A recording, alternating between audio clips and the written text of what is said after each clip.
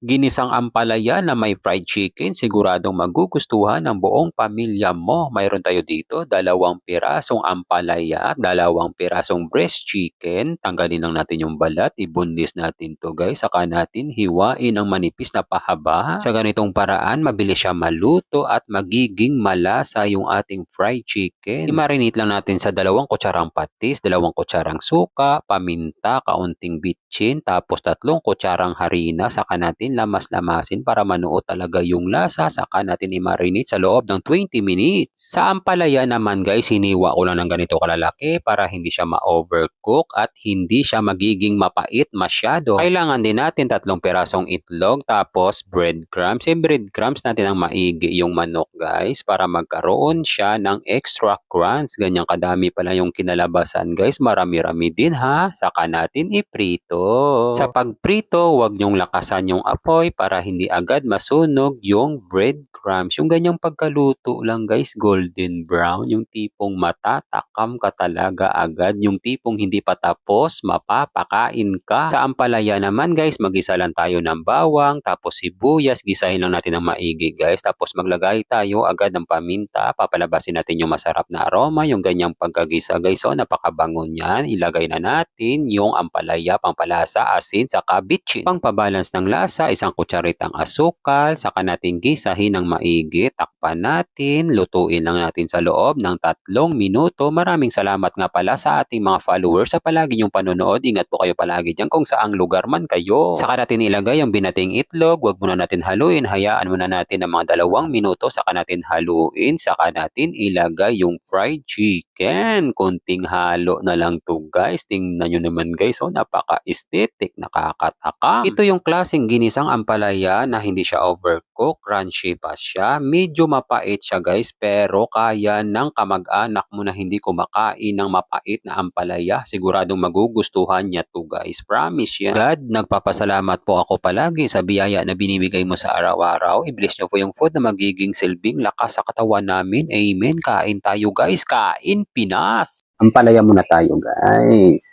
Para sa inyong lahat to guys. Oh, yan, oh. Sarap niyan.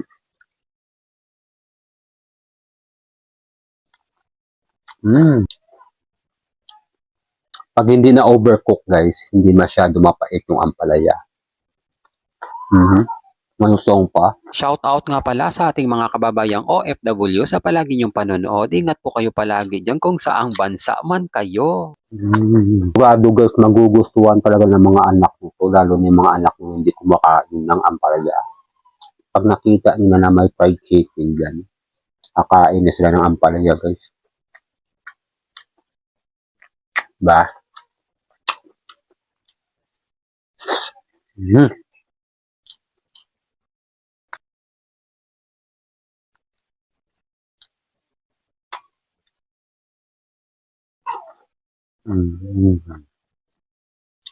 Guys, try nyo yung ganito guys ha. Ginisang ampalaya na may fried chicken. Sigurado magugustuhan ng buong pamilya nyo guys. Para sa inyong lahat guys. Last bite na to.